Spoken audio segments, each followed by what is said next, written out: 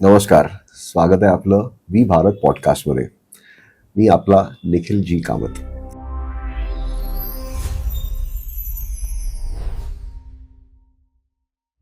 आपण आमचा मागचा पॉडकास्ट बघितला असेल तर आजच्या पॉडकास्टवर थोडं वेगळं काहीतरी करूया. तुम्हाला माहिती देतो की या जगात 195 देश आहे. आपण आज त्या वस्तूवर बोलणार आहे की सगळ्यात पहिल्यांदा जेव्हा तुम्ही एअरपोर्टच्या बाहेर जातात ती वस्तू दिसते. आणि सगळ्यात मुख्यतः ही वस्तू जे तुमच्याकडे असते ही तुमच्या सोसायटीमधलं स्तर किंवा स्टेटस दाखवून देते. आज बहुधा तुमच्यापैकी खूप लोकांना कळलं असणार की आज आपण कशावर बोलणार आहे. Definitely cars.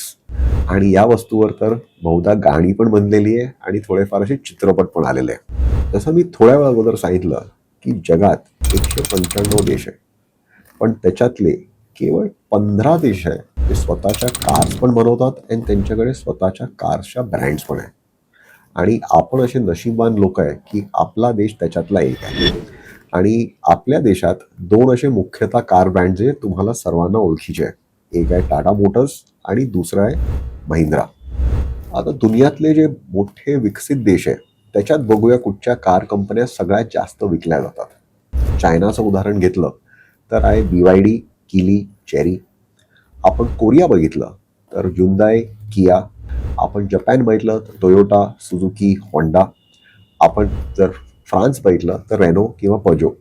जर्मनीमध्ये वोक्सवॅगन असते, त्याच्यानंतर तुमच्याकडे मर्सिडीज आणि BMW. पण बहुधा तशी केस आपल्या देशात नाही आहे, पण बनू शकते. आता तुमच्यातली खूपशी जणं म्हणणार माझ्याकडे तर ऑलरेडी एक विदेशी कार आहे, मग आता मी विकून भारतीय कार घेऊ का? असं काही करायची गरज नाही. जसं मी मागच्या एपिसोडमध्ये तुम्हाला सांगितलेलं की आपण एक छोटी छोटी पावलं घेऊ शकतात देशाला स्वावलंबी बनवण्यासाठी. तुमच्याकडे कुठचीही कार असू दे, तुम्ही जेव्हा बॅटरी बदलतात तेव्हा स्वदेशी बॅटरी घेऊ शकतात. ॲमरॉन असू दे, एक्साईड असू दे, किंवा तुम्ही टायर जेव्हा बदलतात तेव्हा JK, सिएट, अपोलो किंवा MRFचा वापर करू शकतात. आता आपण टायरबद्दल बोलत होतात, तुम्हाला एक वेगळी अशी अनोखी गोष्ट सांगतो टायर्सबाबत. तुम्ही BKT टायरचं नाव ऐकलंय का? ऐकलं नसेल तर त्याच्याबद्दल एक गंमतशीर गोष्ट सांगतो. BKT टायर्स म्हणजे बालकृष्ण टायर्स ही भारतातली एक कंपनी आहे जी टायर्सला एक्सपोर्ट करते किंवा आयात करते. हे जे टायर्स एक्सपोर्ट होतात ते नॉर्मली युरोप किंवा अमेरिकेत जातात. ते हेवी इक्विपमेंट, ॲग्रिकल्चरल इक्विपमेंटसाठी वापर केला जातो. ते जरा वेगळे प्रकारचे टायर असतात. ह्याच्यात सगळ्यात जास्त अनोखी गोष्ट म्हणजे की अमेरिकेत एक मॉन्स्टर ट्रकची स्पर्धा असते किंवा एक टुर्नामेंट टाईप खेळ असतो. त्याच्यात मोठमोठ्या गाड्या ज्यांना मोठमोठे टायर्स वापरले जातात त्याला सगळ्यात मुख्यतः स्पॉन्सर करणारा आपला BKT टायर्स आणि त्याचेच टायर्स तिकडे वापरले जातात. आता हा विचार करून आपल्याला किती गर्व वाटत असेल की असा खेळ जो आपण ओळखत पण नाही, जो जगातल्या अमेरिकेत कुठेतरी होत असतो, तिकडे टायर्स वापरणारा आणि स्पॉन्सर करणारा आपल्या देशातली एक कंपनी आहे. आता हाच विचार जर आपण ठेवला आपल्याबाबत की आजपासून आपण जे पण जर बहुधा नवीन कार घ्यायचा विचार करतोय ती कार बहुधा भारतीय होऊ शकते का? भारतामध्ये मुख्यतः 2 सगळ्यात मोठ्या कार कंपन्या आहेत, टाटा मोटर्स आणि महिंद्रा. टाटा मोटर्स बद्दल बोलायचं असेल तर 90च्या दशकात रतन टाटाने टाटा इंडिका लॉन्च केलेली. आणि त्या काळी त्यांची विचारधारा अशी होती की भारताला एक स्वस्त, सुंदर, चांगली कार भेटली पाहिजे.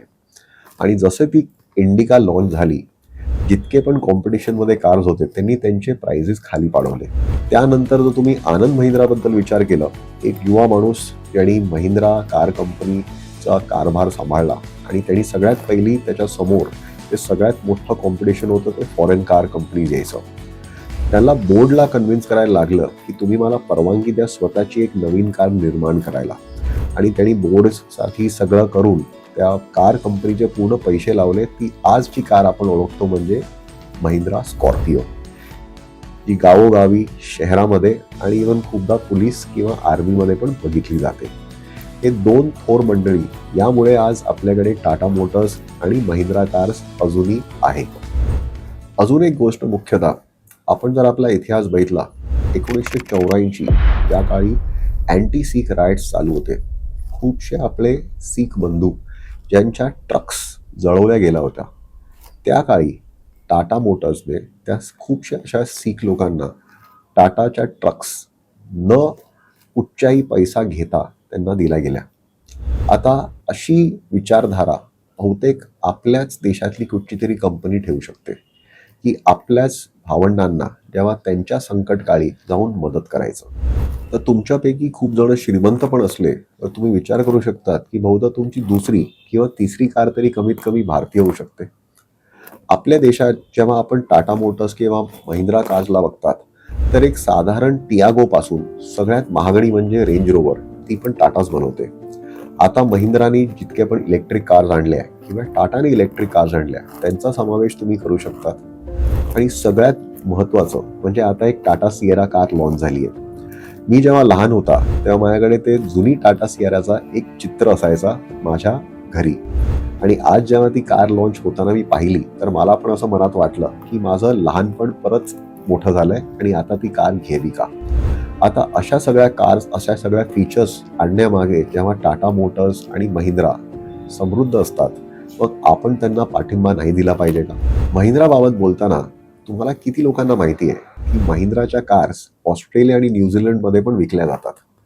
आणि समजा मी तुम्हाला विचारलं की ऑस्ट्रेलियामध्ये त्या कार्सचा ब्रँड अँबॅसेडर कोण आहे, एक जर तुम्हाला क्लू दिला तर तो एक क्रिकेटर आहे आणि दुसरा क्लू इंडियन क्रिकेटर नव्हे. तुम्हाला माहिती नसेल पण तिकडचा जो ब्रँड अँबॅसेडर आहे मॅथ्यू हेडन. पण एक विचार करून पहा की समजा ऑस्ट्रेलियाची टीम जेव्हा भारतात क्रिकेट खेळायला येईल आणि त्यांनी बघितलं की महिंद्राच्या कार जास्त तर दिसत नाही किंवा भारतीय वापरत नाही, ते जाऊन परत त्यांच्या देशामध्ये जाऊन सांगणार का की महिंद्राच्या कार्स घ्या. तर आपणच आपले कार्स जर स्वतः नाही विकत घेतले तर मग दुसरी जण का विकत घेणार आपले कार्स. तर थोड्या वेळा अगोदर तुम्हाला सगळं मी मोजून दिलेलं की चायना, जपान, जर्मनी, फ्रान्स या सर्व देशात सगळ्यात जास्त विकणाऱ्या त्यांच्याच देशातल्या कार्स असतात. मग ही आपली जबाबदारी असते की कुठचाही बाहेरचा पाहुणा पण येऊ दे, त्याला सगळ्यात जास्त भारतात स्वतःच्याच कार्स दिसल्या पाहिजे. त्यामुळे तो एक गर्वची भावना वाटते त्यांना आपल्या कार्सच्या बाबत. आणि तो जेव्हा त्याच्या देशात जाईल त्याला पण वाटेल की चला भारताची कार आहेत की भारतीयच वापरतात, मग आपण का ना तो वापर करू. सगळ्यात पहिली एक डिस्क्लोजर द्यायला पाहिजे, मी कोणताही कार एक्सपर्ट नाही, पण माझ्याकडे टाटा नेक्सॉनची कार आहे मागच्या 3 वर्षापासून, ज्याच्यात 50हून अधिक किलोमीटर मी चालवलेले आहे. तर याबरोबर मी माझा एपिसोड कंटिन्यू करतो. आता कार्सबाबत तर बोलला, पण आता माझी दैनिक दिनचर्या काय. सकाळी उठल्या उठल्या जसं मी बाथरूममध्ये जातो, माझा टूथब्रश जो आहे तो परफोराचा आहे, टूथपेस्ट हिमालयाची आहे, शेविंग करायला जो क्रीम वापरतो विकोचा, त्याच्यावर जे शेविंगचा माझा रेझर असतो तो बॉम्बे शेविंग कंपनीचा, साबण बहुतेक मेडेमिक्स किंवा माझा हिमालयचा असतो. जसा आंघोळ करून बाहेर येतो, माझे जे इनर्स असतात ते बमरचे, माझे शर्ट्स जे असतात ते वेस्ट साईडचे, ट्राउझर ब्लॅकबेरीचे, सॉक्स माझे बॉन्जूरचे, शूज माझे लेगवर्कचे, माझा जो घड्याळ आहे ते फ्लँकलॉर्ड्स आहे, आफ्टर शेव यार्डलीचा वापरतो, परफ्यूम MYOPचा. आणि हे सगळं घालून जेव्हा मी बाहेर निघतो गाडी टाटा नेक्सॉनमध्ये बसतो. आता तुम्हाला कळलंच असणार की एका तासात जर माझे इतके सगळे भारतीय ब्रँडचा वापर होऊ शकतो. एका छोट्या पावल्यामुळे किती अशा कंपन्या आहेत ज्याबाबत बहुतेक तुम्हालाही किंवा मलाही माहिती नसणार, याबाबत आपण प्रचार करू शकतो. आपण कार्सबाबत जेव्हा बोलतो तर सगळ्यात जास्त देशभक्त बहुतेक या देशातला गरीब माणूस असतो. कारण जेव्हा तुम्ही ट्रक ड्रायव्हर्सला बघतात ते टाटाच्या किंवा अशोक लेलँडच्या ट्रक्स वापरतात. आपला रिक्षावाला सुद्धा बजाज किंवा TVSचा ऑटो रिक्षा वापरतो. आपल्याकडे इतके सगळे फ्लीट ऑपरेटर्स असतात, ते फ्लीट ऑपरेटर्स जे ट्रॅव्हलसाठी, टुरिस्टसाठी कार्सचा वापर करतात, का ते एक टाटा किंवा महिंद्राचे कार्सचा समावेश का नाही करू शकत. मागच्या एपिसोडमध्ये आपण जेव्हा स्वतःचा गणतंत्र दिवस देशाचा साजरा केला त्यावेळी मी तुम्हाला सांगितलेलं की जसं आपले सैन्य दल आहे त्यांनी कसं DRDOचे खूपशे मिसाईल्स किंवा वेपन सिस्टम्स जे स्वदेशी बनलेले आहेत त्याचा वापर करायला सुरू केला आहे. तसंच तुम्हाला माहिती असेल किंवा तुम्हाला जाणून गर्व होईल की आपल्या भारतीय सेनामध्ये टाटा मोटर्स, महिंद्रा किंवा फोर्स गुरखाचा पण वापर सगळ्यात जास्त केला जातो. जर आपलं सैन्य दल जर आपले स्वतःच्या कार्स वापरू शकतात तर तुम्ही आणि आपण का नाही वापरू शकत. अंततः आपण सर रतन टाटाबाबत खूप काय बोलतात, आपण त्यांना श्रद्धांजली देतात. एक थोर माणूस होता, पण सगळ्यात मोठी श्रद्धांजली असणार तर आज आपण काय ना काहीतरी टाटा कंपनीचं विकत घेऊ शकतात का. मीठ असू दे, फ्रीज असू दे, AC असू दे किंवा कार असू दे, जेव्हा पण आपण आपल्यांना मोठं करतो, आपण स्वतः मोठं होतात. माझ्या पुढच्या येत्या खूपशा एपिसोड्समध्ये मला तुमचा प्रतिसाद पाहिजे. तुम्हाला पण माहिती असणार अशा खूपशा अशा कंपन्या, किंवा तुम्हाला पाहिजे असणार की मी तुम्हाला खूप अशा कंपन्या सांगू याबाबत तुम्हाला माहिती नाही आहे. तर तुम्ही आणि आपण एकमेकांच्या साथीबरोबर हा रस्ता पुढे गाठूया, ज्याच्यात आपण भारतातल्या अशा वेगवेगळ्या कंपन्या, वेगवेगळ्या कॅटेगरीज ज्याच्याबद्दल खूपशा लोकांना माहिती नाही त्यांना माहिती देऊया. सर्वांना एक घोषणा करायची आहे की हे सर्व पॉडकास्ट तुम्हाला इंग्रजी, हिंदी आणि मराठी सर्वात उपलब्ध असणार. मी आजचा हा एपिसोड संपवतोय आणि तुमचा साथ मागतोय की पुढे जाता जाता आपण दोघंही मिळून या देशाला स्वावलंबी करू शकतात. याबाबतच तुमचा नमस्कार घेतो आणि आपण भेटूया पुढच्या एपिसोडमध्ये.